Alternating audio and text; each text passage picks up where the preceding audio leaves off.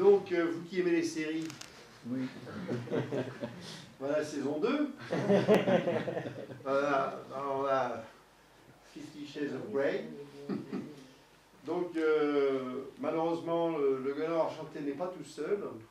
Il a un cousin, qui s'appelle le goéland brun.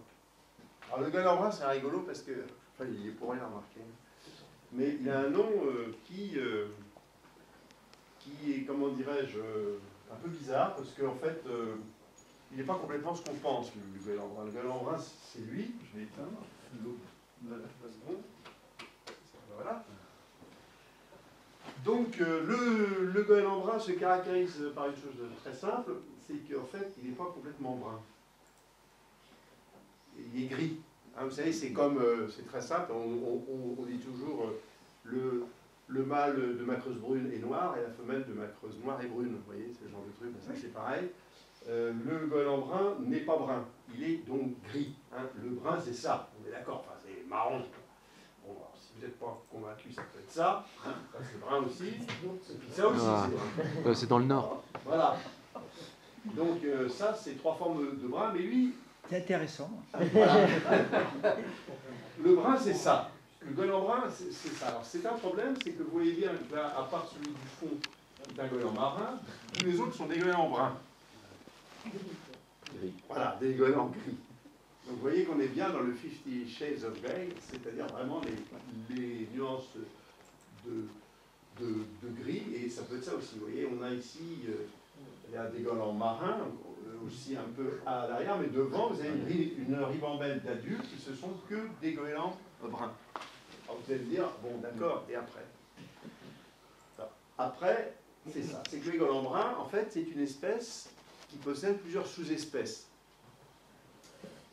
Et en plus, c'est une espèce clinale, c'est-à-dire que lorsqu'on passe d'une sous-espèce à l'une, qui se distinguent les uns des autres par la couleur du gris, du manteau, eh bien, on a comment dirais-je, une variation qui est progressive. C'est-à-dire que d'ouest en est, on a d'abord la première sous-espèce qui s'appelle Graelzi, qui niche donc dans l'ouest de l'Europe, de l'Islande, à peu près jusqu'au nord-ouest de la péninsule ibérique, et qui, chez nous en France, niche, on va dire, globalement dans le nord-ouest du pays. Donc les oiseaux bretons sont des oiseaux donc de sous-espèce Graelzi. C'est le plus pâle.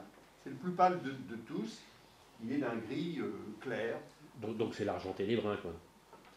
Oui, le coffet, oui, ou l'argenté et le coffet. Enfin, bon. Donc lui, il est, vous le connaissez tous, c'est celui qui niche chez nous. Donc voilà son aire de répartition. Il a un autre copain qui, lui, niche plus en Europe du Nord, qui est Intermedius. Pourquoi Intermedius? Parce que vous verrez qu'il y a une troisième sous-espèce qui s'appelle Fuscus, qui niche encore plus à l'est, et Intermedius, il est intermédiaire en couleur. Vous voyez que le manteau est quand même déjà plus sombre.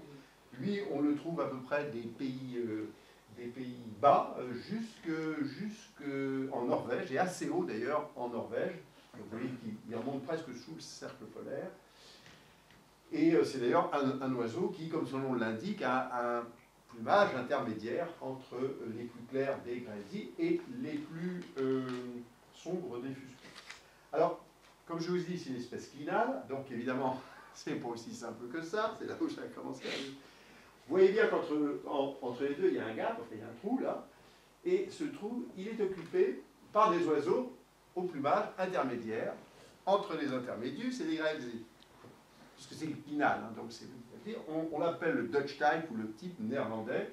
C'est ceux qui nichent effectivement aux Pays-Bas, dans l'est de la Grande-Bretagne, au Benelux, dans le sud des Pays-Bas et en Belgique, et qui nichent aussi en France, dans le nord de la France. Le nord de la France a été colonisé au milieu des années 90, et cette région a été colonisée par des oiseaux venus des Pays-Bas, de Belgique et de l'est de l'Angleterre, de l'East Anglia. Voilà. Alors, ce Dutch type, en fait, est, selon les auteurs, soit rattaché à Intermedius, soit à Graelzi. Ce n'est pas très grave. Disons qu'il est plus proche souvent de Graelzi, avec souvent une coloration qui est assez bien rendue là, légèrement veloutée, légèrement, comment dirais-je, pourpre presque. Et puis le pourpre, Oui. Et puis le quatrième bonhomme, c'est celui qui niche le plus au nord de la Scandinavie, Suède, Finlande, Pays-Bas, qui est beaucoup plus sombre que les autres et qui est rare. C'est un oiseau qui est en voie de diminution, qui subit pas mal de soucis, notamment sur les zones de reproduction où il n'a plus assez à becter. Et puis surtout, c'est un oiseau qui est un grand migrateur, puisque les trois précédents que vous avez vus vont migrer principalement par le sud-ouest, c'est-à-dire vont passer par le golfe de Gascogne, puis la péninsule ibérique pour aller hiverner en Afrique du Nord-Ouest et jusqu'en Afrique tropicale. Lui, c'est un grand migrateur, il hiverne en Afrique de l'Est, donc il passe pas du tout par l'Ouest, il passe par l'Est de l'Europe, par le Moyen-Orient, la Turquie, et voire même le Sahara et le centre de l'Afrique, hein, le lac Tchad, etc., le Congo, le Gabon, pas le Gabon, pardon, la République démocratique du Congo, enfin pas si démocratique que ça d'ailleurs, la région des Grands Lacs, etc., etc. Voilà, donc lui, c'est vraiment des quatre, c'est le plus menacé. Alors, le autre, c'est le Graelzy. Alors, le Graelzy, c'est le plus pâle, mais. Le problème du gris, c'est que le gris, en fonction de la lumière, eh bien, il peut apparaître très différemment. Vous avez ici, alors, évidemment, c'est un peu surexposé à gauche, mais c'est exprès, c'est des goélands Graelzy photographiés en Bretagne. Et on voit bien que selon la lumière, eh bien, la couleur du manteau peut paraître très particulier, très différent. L'oiseau de gauche, vous voyez, ce genre d'oiseau, notamment quand vous êtes au Maroc, où il y a des goélands le coffé, je peux vous dire que par forte lumière et à distance, vous ne savez pas si vous avez affaire à des Graelzy ou à des le coffé. Donc c'est vrai que déterminer, apprécier plus exactement la couleur, la nuance de gris d'un goéland brun, c'est toujours une affaire délicate. Alors il y a quand même une astuce toute simple, c'est que le gris marche sûrement mieux avec une lumière neutre. Donc quand on observe des goélands, je dis toujours, il faut mieux le faire par temps gris que par grand soleil. Vous voyez, ici on est dans le port de Concarneau, par temps gris, et là on voit bien les nuances de gris, on voit bien la différence entre des Graelzy et au premier plan des goélands argentés. Il y aurait un grand soleil, ça serait déjà beaucoup plus compliqué. Alors évidemment, il y a aussi la couleur des pattes jaunes chez les adultes, le goéland brun, alors qu'elles sont roses chez les goélands argentés. Enfin, ça c'est... Voilà. Donc, pour bien apprécier, la règle d'or, c'est la lumière neutre. Ah,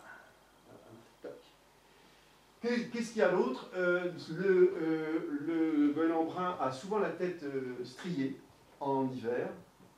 Heureusement, l'écran, il n'y a pas moyen de régler. C'est un peu lumineux, mais c'est pas. J'imagine qu'on ne peut pas régler la luminosité de ce machin sans tout péter, mais c'est pas grave. Tu préfères pas? On doit pouvoir, mais... On doit pouvoir. Eh bien, nous le ferons la prochaine fois. Donc, les nuances de gris, on a des oiseaux assez striés, qui peuvent être même très striés. Regardez celui qui est en bas, il a quasiment presque une calotte grise, tellement il est strié. Donc c'est un oiseau qui a des stries en hiver.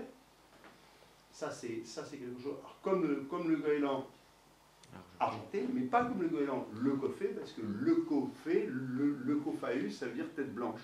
Et le goéland leucophée, dont nous reparlerons peut-être lors de la prochaine session, on n'y manquera pas. C'est un oiseau qui, en hiver, a la tête blanche. Voilà.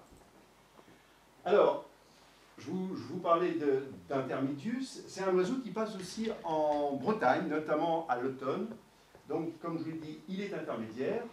Alors, comment on va le distinguer par rapport à des goélands? Vous avez devant ici un oiseau Intermedius, et vous voyez bien que les oiseaux qui sont derrière sont un peu plus pâles. Ce sont des Graelzy. Donc, on voit bien que la nuance de manteau est quand même assez différente. Donc ça, c'est vraiment quelque chose qu'il faut regarder, c'est le manteau, toujours par lumière, si possible neutre. La projection primaire, c'est un oiseau qui est souvent plus allongé, plus élancé que le goéland Graelzy, qui est le plus fort, qui est le plus costaud de tous. Et puis, il a une tête en général légère, plus blanche, moins striée en hiver que le goéland Graelzy. Alors, l'Intermedius, on le voit, je vous dis, à l'automne, notamment, il y a un bon endroit pour le voir, c'est les îles comme l'île de Saint ou l'île d'Édic en septembre, où très régulièrement, il y a des oiseaux qui s'arrêtent, mais on peut en voir à peu près partout. puisque les oiseaux intermédius passent par le sud-ouest de l'Europe, donc ils passent par la Bretagne. Sachant que quand même, beaucoup de goélands bruns qui nichent aux Pays-Bas, qui nichent au Benelux, en Angleterre, vont avoir tendance à traverser la France, c'est-à-dire qu'ils vont passer au-dessus des terres et arriver au niveau de l'estuaire de la Loire ou de la Vendée. Ils vont traverser directement le golfe de Gascogne pour rejoindre le nord-ouest de l'Espagne, puisque le goéland brun est une espèce très pélagique, beaucoup plus pélagique que ne l'est notre goéland argenté, qui lui est plutôt hauturier, côtier, et qui s'aventure moins au large que le goéland brun. Ce qui fait que nos intermédiaires, nos intermédius, ont un peu tendance à éviter la Bretagne, mais par contre il est tout à fait commun dans le centre-ouest et dans le sud-ouest de la France. Voilà. Alors, tous les oiseaux sombres ne sont pas forcément des fuscus, c'est-à-dire des oiseaux scandinaves, qu'on appelle le goéland de la Baltique. Hein, c'est le fuscus le plus sombre. Voilà ici des oiseaux photographiés en France. Vous voyez qu'ils sont très sombres.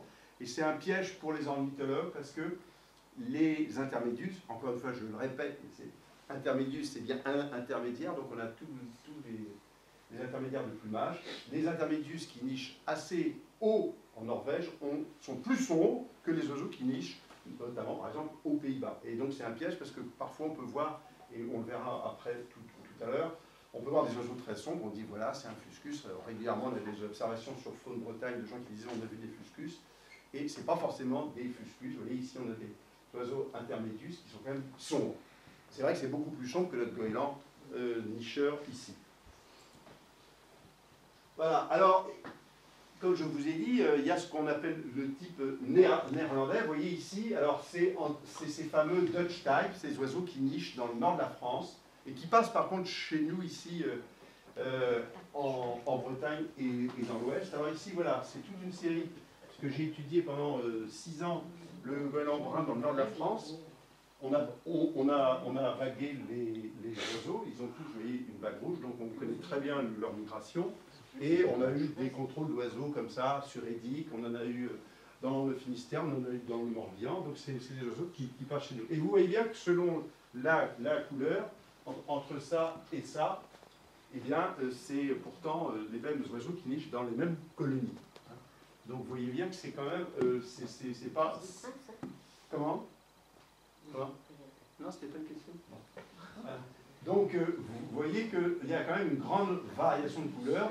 Certains oiseaux, je reviens là, ici, cet oiseau qui niche à Calais, par exemple, c'est un oiseau qui peut être parfaitement un graelzy, parce que les graelzy peuvent nicher quand même jusque dans le nord de la France. Celui-là pourrait être parfaitement pris pour un oiseau du nord, or c'est un oiseau qui niche aussi dans la même colonie que l'autre. Voilà. Donc les oiseaux intermédiaires, comme je vous l'ai dit tout à l'heure, sont appelés type néerlandais ou Dutch type. Voilà. Ils nichent donc, je vous l'ai dit, dans l'Est, East Anglia, Benelux, nord de la France. Vous voyez, c'est... et la couleur, alors en fait, c'est cette couleur-là, hein, exactement. C'est la couleur du manteau. Ça, c'est en fait tiré d'une photo faite par Tanguy. Et c'est vraiment cette nuance-là. Et si vous regardez bien les goélands bruns qui nichent chez nous, vous verrez qu'ils sont quand même plus clairs. Voilà. Et puis, il y a donc le dernier, je mets fuscus, le mythique, hein, parce que c'est donc un oiseau qui vient de plus en plus rare, qui niche très au nord et qui a une migration vers le sud-est. Néanmoins, un certain nombre d'oiseaux passent chez nous.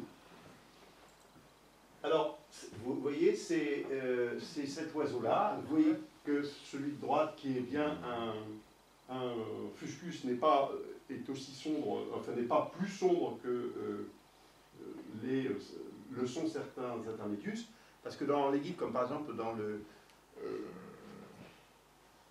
Peterson, par exemple, pour les anciens guides, il y avait fuscus et il y avait graelzy, mais il n'y avait pas du tout les intermédius. Alors, le fuscus, lui, il se reconnaît par un dos en général très sombre. Vous voyez sur l'oiseau de gauche, et ça c'est un bon critère quand c'est bien marqué, il n'y a pas de contraste. Il n'y a pas de contraste entre le bout des primaires qui est tout noir et le manteau. Chez Intermedius et chez Graelzi, il y a un contraste. Je l'ai dit, il y a des oiseaux qui peuvent montrer le contraste.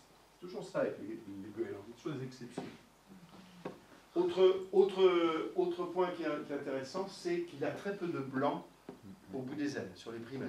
Il a en général, sur ce qu'on appelle la P10, c'était la rémiche primaire la plus externe, il a un point blanc, il en a parfois sur la P9, l'avant-dernière, mais rarement au-delà. Alors que si vous regardez bien chez nos sous-espèces de l'ouest de l'Europe, il y a 2, 3, voire 4 points blancs au bout des ailes.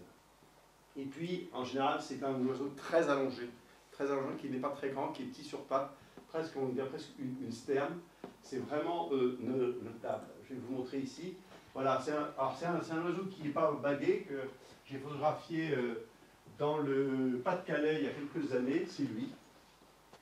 Alors, c'est assez subtil parce qu'il y a, et je ne vais pas rentrer ce soir dedans parce que là, vous allez partir en courant.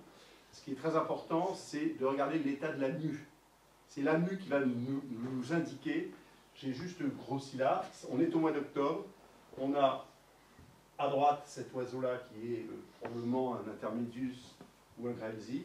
Vous voyez qu'il y a du blanc et les plumes sont neuves, il a mué. Alors que le Fuscus, qui lui va faire un très grand voyage vers l'Afrique, ne muera que quand il sera arrivé sur ces zones de reproduction. C'est-à-dire qu'il va muer avec des plumes usées.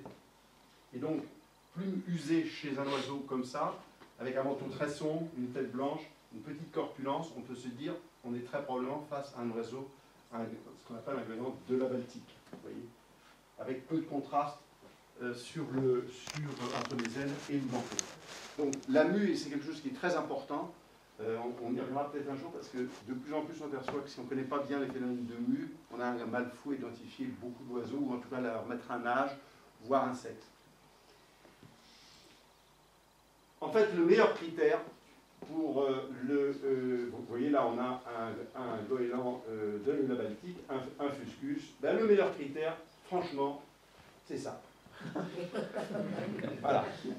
C'est-à-dire que quand vous avez un oiseau comme ça, et qu'il a une jolie bague, et que vous savez qu'il a été bagué poussin dans l'extrême nord-est de la Finlande, vous êtes tranquille. Vous savez que c'est un Fuscus. Voilà. Donc, le bon critère, c'est la bague. Malheureusement, ils n'ont pas tous de bague. Alors, les goélands bruns, en fait, ils ont un cousin, juste à l'est, je vous en dis deux mots parce que c'est assez marrant. C'est le goéland de Sibérie, qui est euglini. Alors c'est très amusant parce que je vous ai parlé tout à l'heure d'un truc, c'était clinal. Hein, on était parti des îles britanniques et de l'Islande avec des oiseaux très pâles, comme en Bretagne, et puis on arrivait jusqu'à Fuscus très sombre, qui niche là. Et lui, il niche là. Et d'un seul coup, pof, on a un oiseau très pâle. C'est-à-dire qu'il est aussi pâle que le Graelzi. Alors, je ne rentre pas dans les considérations taxonomiques parce que les taxonomistes se perdent. Là, vous voyez, côte à côte, ça c'est au Moyen-Orient. Je crois que c'était à Oman, ça. Où on a côte à côte un Fuscus, donc le goéland de la Baltique, et le goéland de Sibérie. Alors, est-ce une bonne espèce, la Larus euglini? Est-ce que c'est une sous-espèce du goéland brun, Larus fuscus euglini?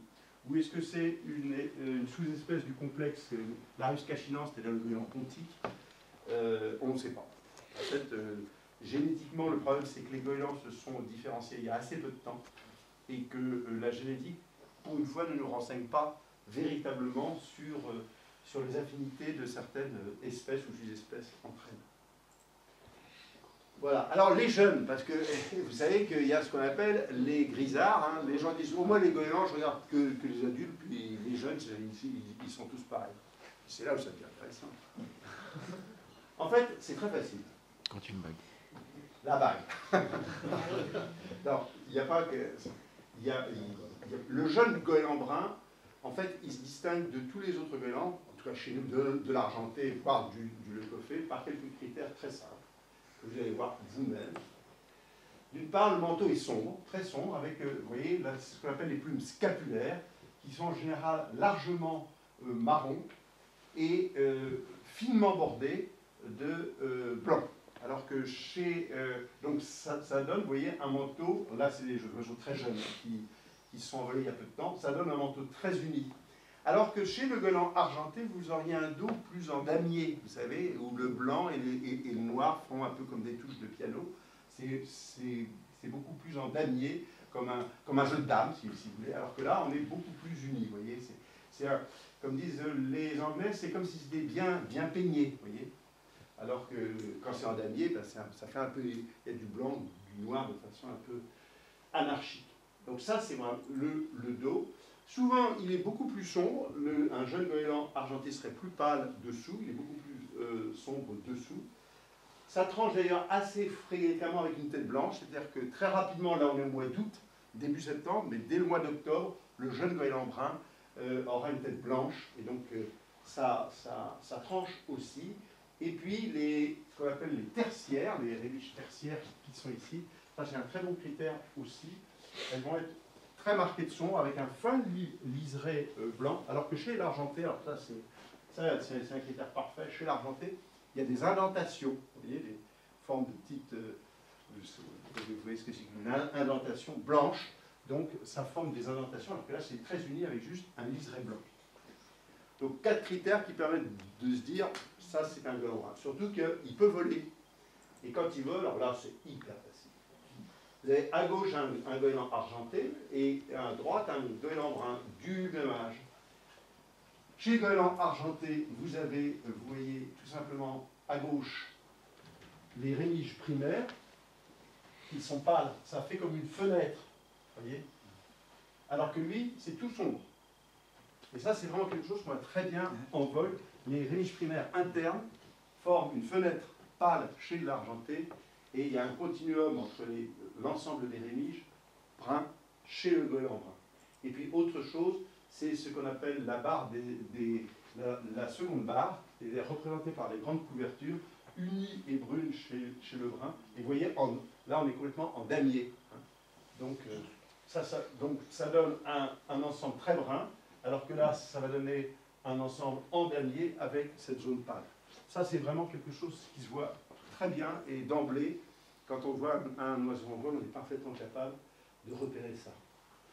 Bon, la queue aussi, vous voyez ici la queue qui est nettement blanche avec quelques stries noires, avec une large barre terminale noire, alors que chez l'argenté, on aurait un croupion beaucoup plus strié, avec un blanc moins visible, et puis souvent un dessous de l'aile très sombre, alors qu'il sera en général plus pâle chez le goéland argenté. Voilà, c'est secondaire, mais franchement, par-dessus, c'est quelque chose qui se voit bien. Voilà, alors les oiseaux vont grandir à la fin de ce qu'on appelle alors là aussi, on parle souvent de plumage d'hiver, plumage d'été, mais tout ça, c'est des choses qu'il faut un peu oublier parce que ce n'est pas en rapport très juste avec la mue. On parle maintenant d'année calendaire, on dit un oiseau de première année.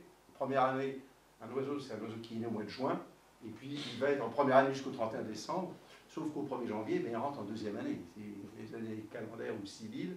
Donc c'est un peu débile d'appeler un oiseau de première année jusqu'au 31, et puis au 1er janvier, ça devient un deuxième année.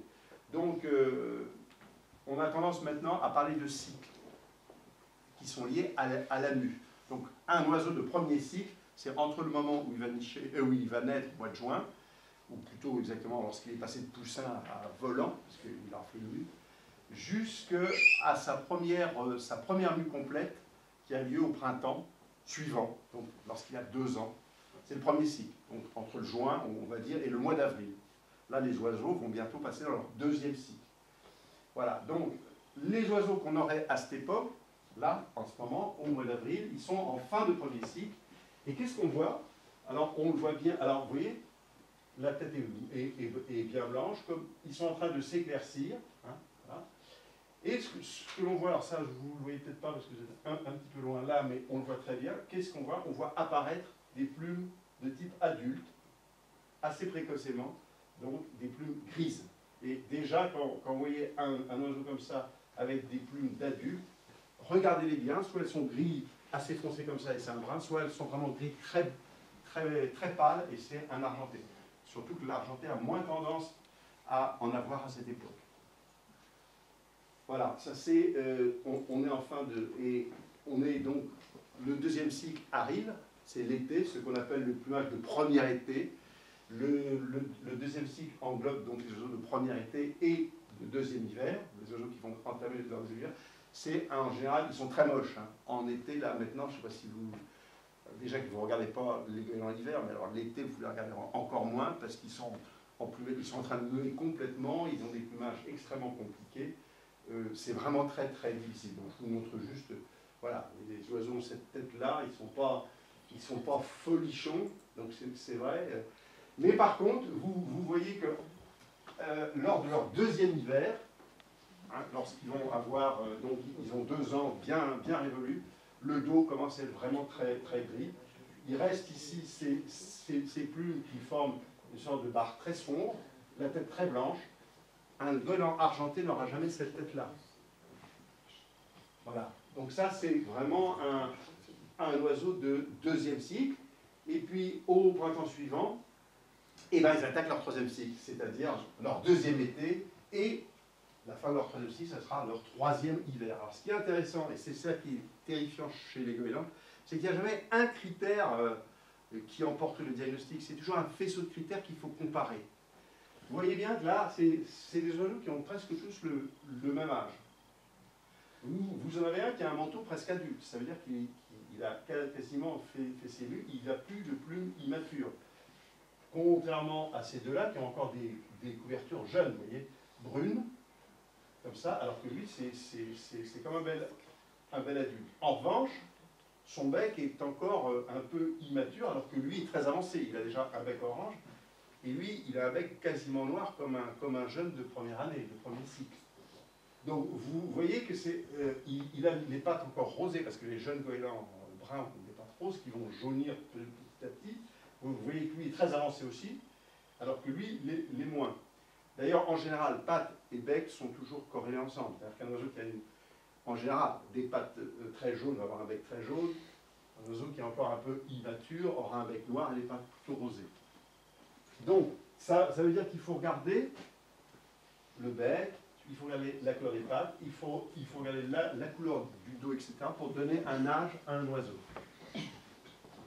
Voilà, donc vous voyez qu'au même cycle, en fonction de la période, probablement que l'oiseau en haut était photographié peut-être plus, par exemple, au mois d'août, et l'oiseau du bas était plus photographié en février de l'année suivante. Donc, c'est vrai qu'il y a eu des mues qui se sont produites. Mais vous voyez bien qu'il y a quand même toujours une très grande variation chez les oiseaux. Et puis le quatrième cycle, en fait, c'est troisième année et quatrième hiver, ce qu'on appelle communément le subadulte. Alors le subadulte, on le distingue des adultes, en fait, il faut les regarder de près. Vous voyez ici, il y a des plumes encore marron, donc ce sont des plumes immatures, ici. Il y a encore des traces de noir au bec qui montrent que il y a des traces d'immaturité. Ici, on a un tout petit peu de noir. Voilà. Là, on voit bien que c'est un oiseau qui est presque adulte, mais pas complètement. Vous voyez, c'est ce que je vous ai dit sur les couvertures. Voilà. Et puis, il y a une bague. Une bague, ça peut aider. D'ailleurs, les bagues, c'est ce qui nous permet de voir effectivement que, parce que des fois, on peut se tromper, on se dit, tiens, c'est un oiseau de deuxième hiver, et la bague nous montre que finalement, il a un an de plus. Hein. Donc vous voyez, c'est à la fin du quatrième cycle, l'oiseau est adulte. Voilà. Il devient adulte. C'est ce qu'on appelle le cinquième cycle, mais enfin, on n'appelle pas ça. Voilà. Et alors, le problème, c'est qu'ils sont adultes, mais ils sont adultes reproducteurs. Hein. Un goéland se reproduit dès l'âge de 4 ans. Mais vous voyez bien, enfin, vous voyez peut-être pas parce que c'est point pour ceux du fond, il y a encore un tout petit peu de noir. Ça veut dire que les goélands sont des espèces très longévives, hein, qui peuvent vivre 25, 30 ans. Ça veut dire qu'à 5 ans, il est adulte. Enfin, il est adulte comme l'est un adulte de 20 ou 22 ans chez nous. Un adulte de 22 ans et un adulte de 60 ans, c'est pas tout à fait la même chose. Donc on peut avoir encore, même en 5e année, des micro-traces d'immaturité, mais on considère cet oiseau comme un adulte. C'est pas un souci, d'autant qu'il a une bague, lui aussi, qui nous donne précisément son âge. Voilà pour aujourd'hui, c'est tout simplement terminé. Et ça montre bien que même une espèce aussi banale que le goéland brun n'est pas forcément toujours facile à identifier. Mais l'idée étant que l'identification des goélands est basée sur une communauté de critères, un faisceau de critères, et il faut toujours tester l'ensemble des critères pour être certain d'un âge, voire d'une espèce. Et c'est ce qui fait tout le challenge et le plaisir de l'identification et le plaisir de côtoyer les goélands, parce que c'est probablement les espèces qui nous sont très familières, hein, font partie de la symbolique et de l'imagerie populaire, et c'est pourtant encore des espèces sur lesquelles on sait très peu de choses, non pas sur la biologie, mais sur l'identification, et du coup, on connaît encore peu de choses sur, par exemple, la migration des immatures, leur développement, où est-ce qu'ils vont, vous voyez, par exemple, c'est autre chose, le goéland pontique, qui est une espèce élevée hors d'espèce il y a une vingtaine d'années, et ben, on n'aurait jamais imaginé qu'il y avait des goélands pontiques qui venaient en Bretagne. Il y a des goélands pontiques qui viennent en Bretagne, en tout petit nombre. On n'est pas beaucoup à les identifier, mais si ça se trouve, il y en a peut-être encore plus qu'on l'imagine. Voilà. Donc ça donne encore des champs d'investigation qui rendent l'ornithologie de terrain passionnante. Voilà, merci. Ok, merci Philippe.